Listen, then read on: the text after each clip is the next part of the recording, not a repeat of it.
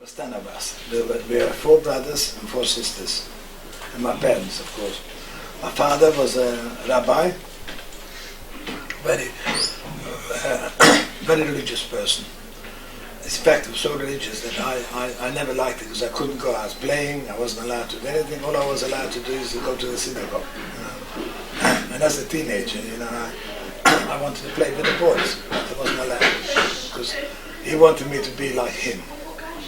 Anyway, when I was 6 years old, I was sent to Romanian school. Right? And when I got to the school, because I had sidewalks, so I can show you here. I don't know if you can see this, but you see, that's me here, the sidewalks. You see? Because I had sidewalks, I was bullied all the time in school, telling me to go back to Palestine. The religion over there was Greek Orthodox, Eastern religion. And for some reason, I don't know why, they had very much hate for Jewish people. I don't know, we never done nothing wrong to them, we lived in the poor. We had nothing to give anyway. But this was part of the... I haven't got all the pictures of my family. I've only got... there's 2 boys missing there, because they were sent over before the war. I was only about 6 years, 7 years old up there. Anyway, so... I was... in 1944, in spring 1944, the Hungarian became a Nazi party, very strong. Hungary had then 438,000 Jewish people living in Hungary. And the people who lived in Budapest, which was the capital, they weren't religious so much, but my little village particularly was really very old-fashioned, like the old times, So they started bullying, the bullying started already 10 years before, because you were different, so they always beat you up. I got beaten up every day because I looked different. I was different religion. So I was beaten up every day, so I know what bullying is all about. And that's why bullying is something terrible, because from bullying, if you start bullying people, next thing is to do is you got away with it. Next thing to do becomes anti-Semitism. Like they hate everybody except them. And from anti-Semitism came Nazism in the 1930s. And from Nazism, they knew they'd get away with it, so next thing there was genocide. This is what happens from bullying when they finish off. So they started off, and I knew something was wrong as a kid because we made wear a yellow band that got Star of David, telling you if you walked on the street that you're Jewish. So when you walked on the street, they got you beaten up because you couldn't walk anywhere because they knew right away with the star. Saying that some people would have helped you maybe, but they were that scared with the Nazis, if they do anything wrong, they were very scared of it. So maybe as part of it, it's possible as well. But all I know is we were friends before, this the neighbors and so on, but all of a sudden they weren't friends anymore. They didn't like it. But from then they came in, they were called the Arrow Cross, and they were Nazis, Hungarian Nazis. And they were cruel as anything you can be. They had nothing that's like, they beat you up. I'm going to give you an example. My next door neighbor, they told him to climb up the tree, right, to have fun. Made him climb up the tree. When he got up there, they shot him down, just for no reason. And he lived there for years. Didn't make any difference to them. That's how easy it was to hit Jewish people, So then they decided, I remember it was the spring 1944. Now they came in the police and they said, we give you half an hour to get ready. Where are we going?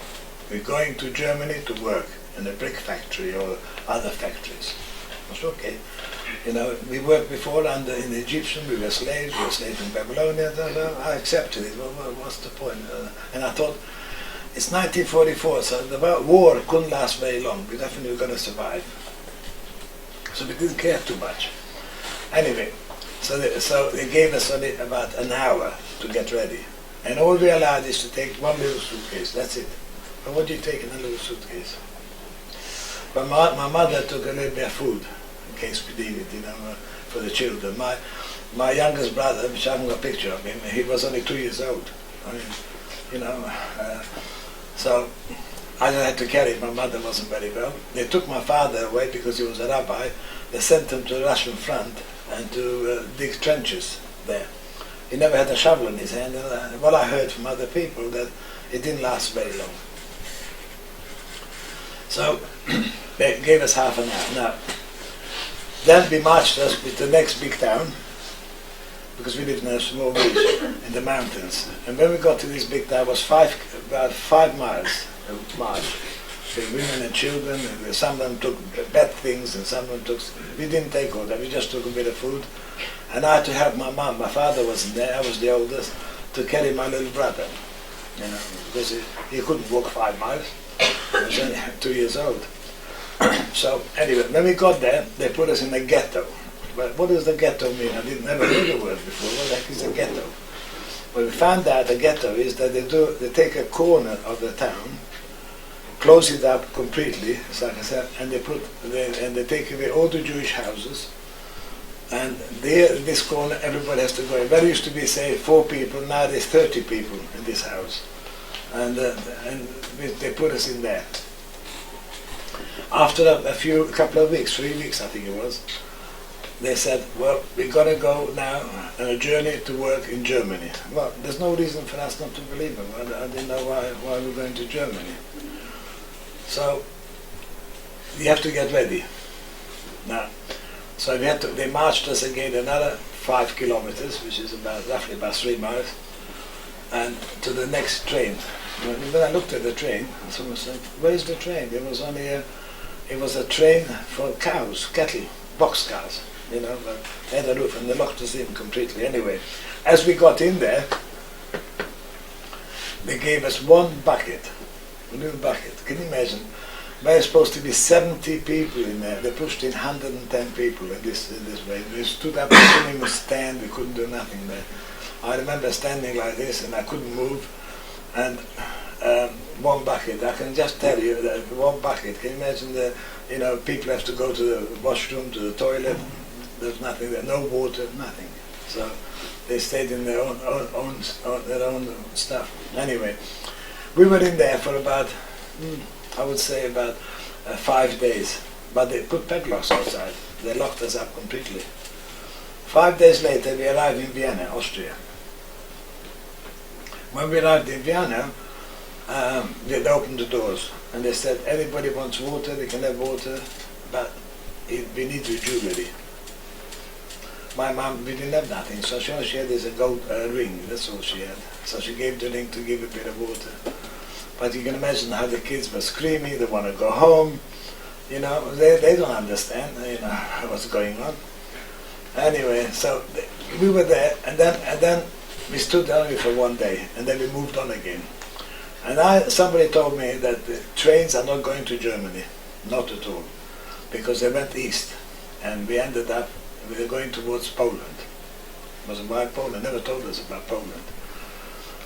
When we arrived there, after, I think it was about, to get to Poland, I think it was another 3 days or 4 days, and they're locked in again. All of a sudden, we arrived at our place, we were glad to get out of it, thinking, my God, thanks God, we're out of it now, we can breathe again. The time, I think it was 1,650 people, women and children, old people, we were there. So when we arrived, I think there were 60 people on that train died already before they started, because they couldn't breathe, some were not well, So they took them off and took them to cremation. We didn't know what they do with them, just picked them up and they took them. When we got there was an SS, I think it was Dr. Mengele. He done experiments on children. Wanted to know why they got blue eyes, or wanted to know why the twins are twins, what makes them tick to be twins. So they sort of experimented them, but they didn't give any anesthetic, nothing like that. I heard screaming all the time going on. It was terrible, those experiments. Women, young girls, they cut the bust off to see that some of them, they were sterilized. They sterilized men as well. And this all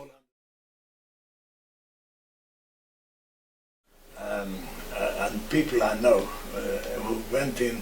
They told them to go in a dark room, which was about a foot of water, and they locked them in there. There was about, I think, half a dozen of them. Locked them in there for about 3 days, right? And they give them no food, they give them nothing, and it was dark in there. So when they came out, they couldn't see properly. And they were drinking the water they were staying in. They tried to survive.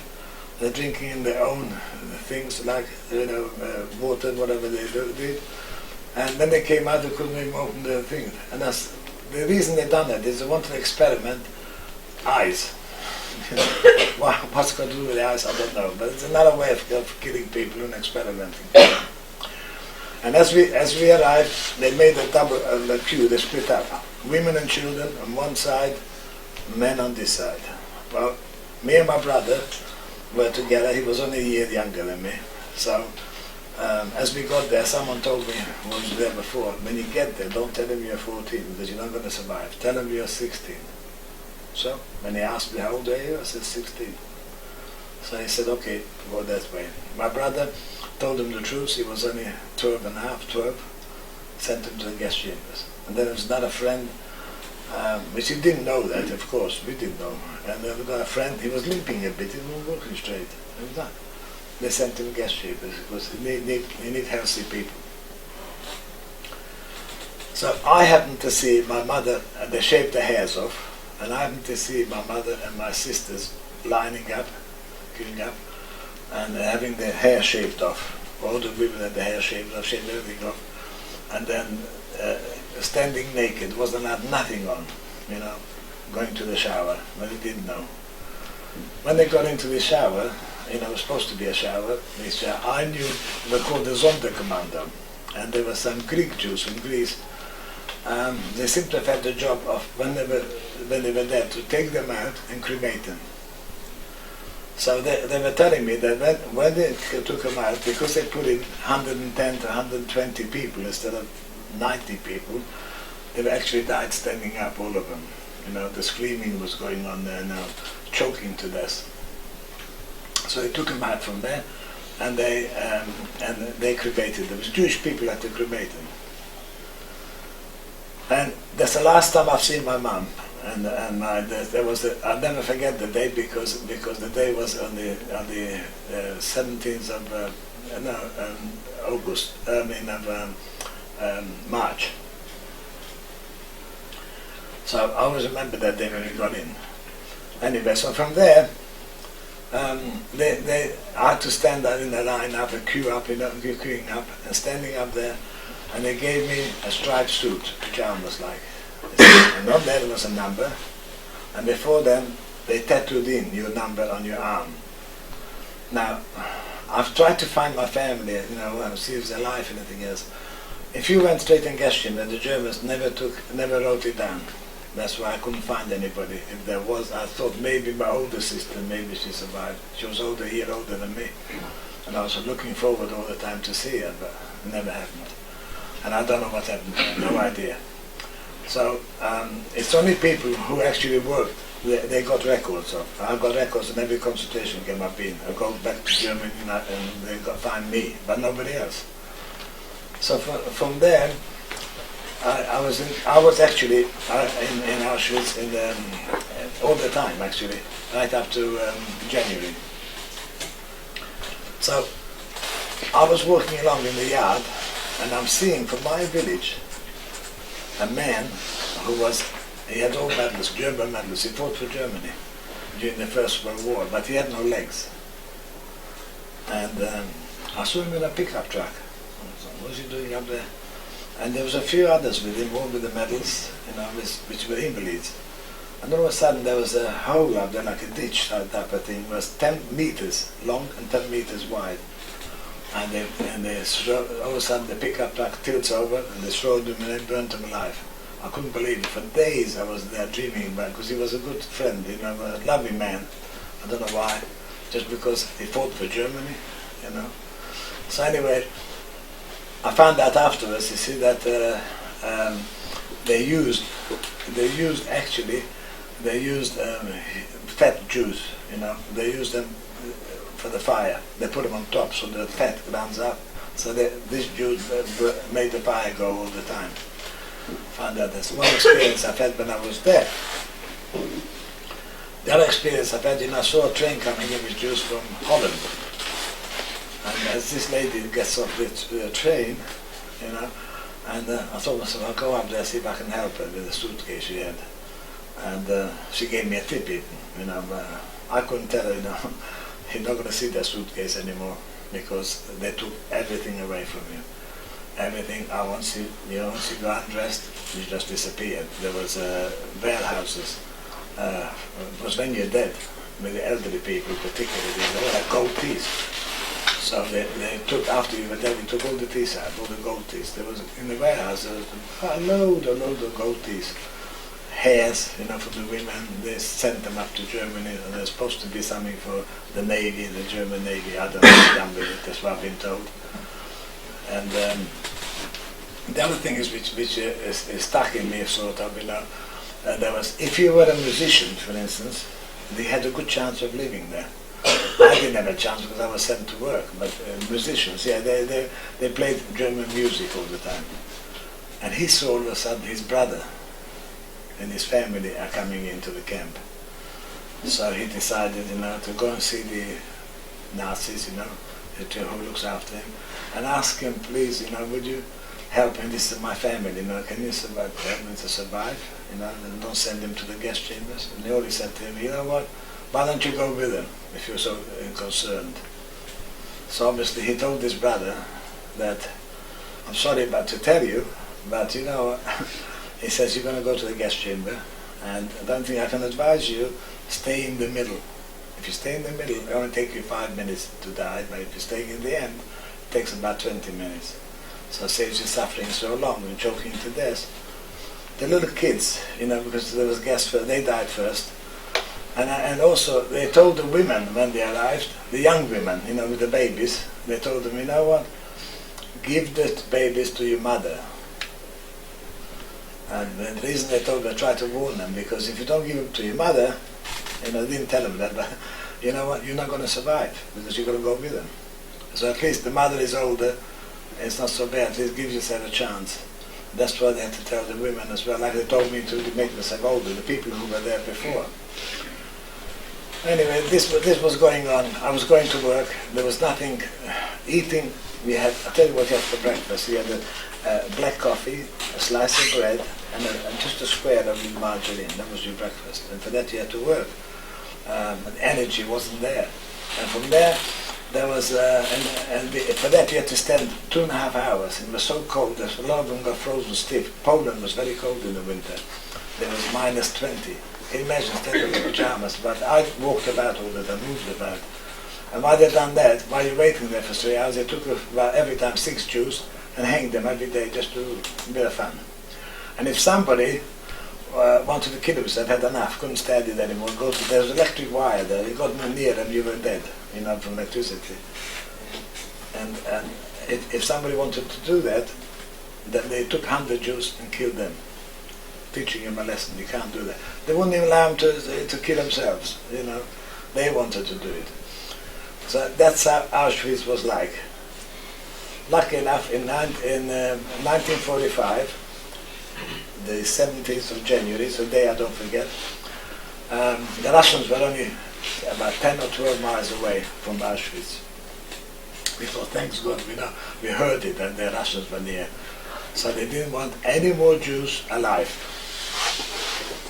So, but we'll all be dead. We don't want to keep them. So there was about, I think it was 58 to 60,000 Jewish people still left in Auschwitz. So what they done next, they couldn't burn anymore because the Russians were there. So what they done is they sent us on a death march. See? Then we're going to die there. Well, no food, no nothing. So we left Auschwitz 17th of January. And when we left Auschwitz, we were in the forest. Every minute, and I'm not exaggerating, every minute I could hear shooting. If someone couldn't walk anymore, it was too tired, they shot him. All along the trails. They never took us in the villages, they didn't want the Germans to know. forest, you know, backwards and forwards. And this forest, we were there for about, I would say about 6 weeks, something like that, because we arrived in Oranienburg, which is the outskirts of Berlin. There's another camp there. We arrived there, but this time we arrived on a train. And when we arrived, again, we wanted this train again in the forest. At least I could find where the squirrels eat, you know, the grass, anything bits and pieces, you know. I tried to, lucky enough, I had a very good stomach, so no problem. So I eat whatever I can, the grass, weeds, whatever there was underneath the snow, and I drank the snow. So I managed to survive until I got on this train, because they locked us in for about 5 days again. And when they opened up the doors, I fell into the puddle. And then I said, well, I was out, unconscious for a while, and then all of a sudden I did come through. And I said, you know what, it's about time, I'm going to talk to that God of mine, who's supposed to be helping me and everything else. My father was a rabbi, see what he does. So I started crying to God, and I said, well, maybe I'm not worthy because I'm not really all as religious, but my father said, could you please help me for my father's sake?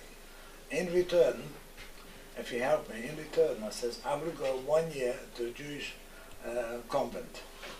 So just 1 year. After that, I'll do what I want to do. But I'm going to pay you back just to help you. And as I finished praying and crying, would you believe it? The guards came up, brought us some coffee, you know, black coffee. So all of a sudden I had this coffee, and then they came back again, and they bought us a piece of bread, but they throwed the bread like chickens, you know, they throwed it on the floor, didn't give it to us. So I was so weak, I couldn't go and pick up this bread. So that guard came back again, he looked at me and he said, you know what, give that kid a chance to live as well. So he took away from a bigger guy, strong guy, broke a piece of bread off and gave me a piece of bread. And for some reason, after that, I felt like God was me again. You know, before I didn't believe in what he's doing to, supposed to be the chosen people. You know what he's doing. So I started believing in God again now, and because I started getting better. From there we went on again, and march again on the forest, and then I had 2 friends, which I got pictures of here, 2 friends come from my village to study with my father.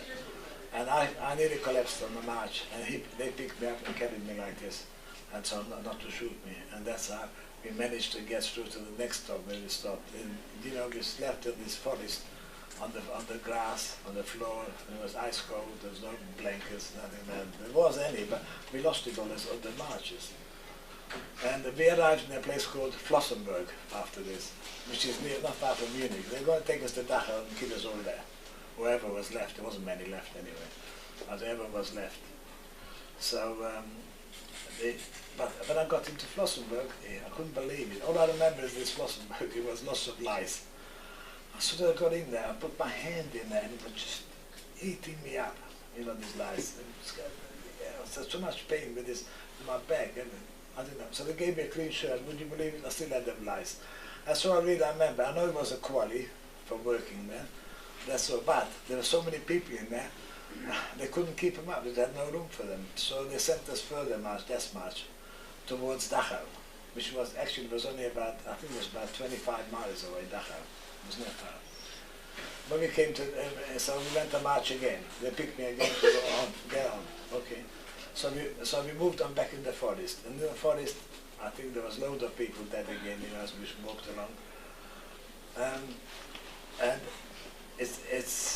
we had in the forest, you know, a lot of them have died as well. But then they put us on a train, But the Americans were near there, and they bombed this train, thinking it's a Nazi train because they had the Nazi signs on these trains. So they killed off the locomotives, and then you know, I didn't know this because I went back again. I found out the farmers found 300. The Jews killed in that forest not far from the village, you know, but they wasn't killed from them. They were killed from the Americans. They thought they shot into the trains. So then we came into a village. The first time, I know this time I ever came into a village. Up to then we had no village. When we walked into this village, I remember going into this farmhouse and I saw a trough where the pigs were eating. And I put my head in there, eating with the pigs. First time was something to eat. Whatever they had, I had. and I felt good. Then I went to bed on the hay, and the next morning, which was the 23rd of April, never forget that day, was my day. 23rd of April, they told us to march again, we're going back to the forest. So as we got into the forest, all of a sudden I see all the guards disappear. You know, I didn't know that, and they all ran away. And then, as I was waiting there, I heard shooting going on everywhere, tanks coming in, you know. So I had a little bit of blood coming from my feet with all that marching. And so I knocked myself into a foxhole. And I was there, this guy puts his Tommy gun on me and he says to me, "Are you a Jew?" And I hesitated, didn't know what to say. And he said, "Yeah." He says, "Shalom." He says, "I'm also a Jew from New York." He says, "I'm a sergeant." I remember, so he took off these stupid clothes, and it was a necessity. He had the back with nice boots. He gave me those boots. And he started crying and seeing me like this, and I cried with him. And I was nothing but bone, skin and bone. So didn't have any flesh on me, nothing. How I survived, I don't know. But anyway, he took me he took me to the hospital. And in the hospital, the troops, the American troops, you know, there was nobody, they were black or they were white. I got blood from all of them. They all gave me 9 pints of blood that shot into me while I was there. And everybody, all these soldiers, you know, and that's it. So it didn't make any difference, you know, to them. We were all the same. And then from there, would you believe it, I ended up, the Americans put me into a convent in a place called Indersdorf. And that's where I've been going the last 2 years. They always asked me to come over. And because I was liberated, I was there for 10 months after the war, you know. So, and there was run by the UNICEF, which now today is called UNICEF. In those days it was called UNRWA, UNRWA, and from Americans. And then these nuns, I tell you what, they couldn't do enough for you. They were really terrific, you know, to help you in every way. Maybe they got guilty conscious, I don't know, but I had no feelings with them whatsoever. And from there, in 1945, in November, I was actually, before that, I was looking in case my sister's still alive. I went to Prague to find her, and I found her, you know, someone told me she died of a heart attack, and somebody else told me she died of the runs, diarrhea, I don't know. I don't even know really what happened to her. Anyway, so then I decided to go back to the convent. When I got back to the convent, they said anyone here who's under 16 could go to England on the children transport. And this is, I said, I'm going to England, and that's I arrived in England in 1945. Funny enough, the day I arrived was Guy Fawkes there. I saw some shooting again there. What's going on? and that's part of the story. What I'm trying to tell you actually, that hating, you know, to hate someone is that everybody suffers. And I can tell you now, there was 10 million Christians died as well. It's not just 6 million Jews. There was 1.5 children died, under 12. And if you're going to Israel and Jerusalem, they call all their names out on the machine. You know, who died. You know, all the 1.5 million. It takes ages, but it's like a memorial place, like a museum. I know in Auschwitz there was 1,900 priests who were murdered. There was some Polish people who were murdered, and there was also Russians, there was also Jehovah's Witnesses.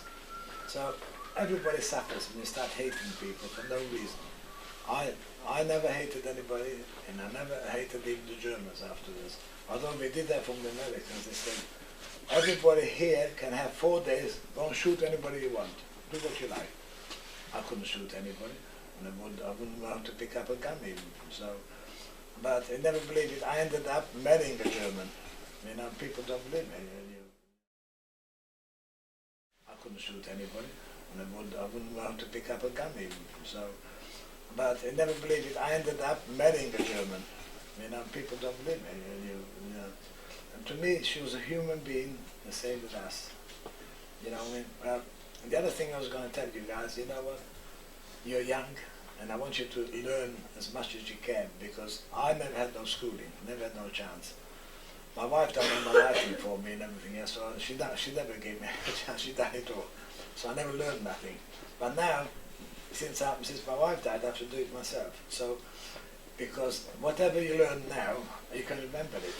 And it's a very important thing, the message I like to give, that a lot of people say Holocaust didn't exist, other people says, well, it's a Jewish propaganda, there's never been 6 million, but I know what it's been. The Germans have got they got all the names from all the countries they collected. So all you got to do is go to Germany. If you go to any museum in Berlin, it tells you exactly who was there. So that's all you're going to do. So, and I'm telling you, try and learn as much as you can, because you're getting older. I'll tell you what, you forget everything. You see, so that's what my father tried to teach me when I was young. I was 6, 7 years old. Please learn whatever you can, because you've got to remember it all. And the other thing is, I would like to say, so I don't know how long we're going to live. It's not many of us left now. So I can speak as much as I can, but I would like you to remember it, not only to you, but your children and your grandchildren. So it takes a lot that you actually met me, met a person who actually been in there, and in person, and that's it. So that's my speech anyway.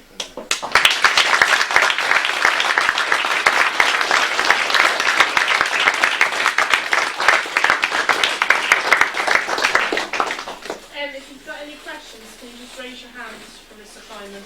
And he's quite happy to answer whichever you like. And I know you've got a question. There you go. Now you know. Have you still got your tattoo? Yeah. You want to see it? Yes, please. Okay. I'll see if I can do it. I don't know if you can see it. You have to come close, but it's on here. Look. You see, it's got Auschwitz 8230, and this number I got my food. If you didn't have a number, you didn't survive. I don't know if you can see it, but there it is. See, where to queue up, and as soon as you got there, you got this number, and then they sent you to work. You didn't have a number, they sent you to the gas chamber.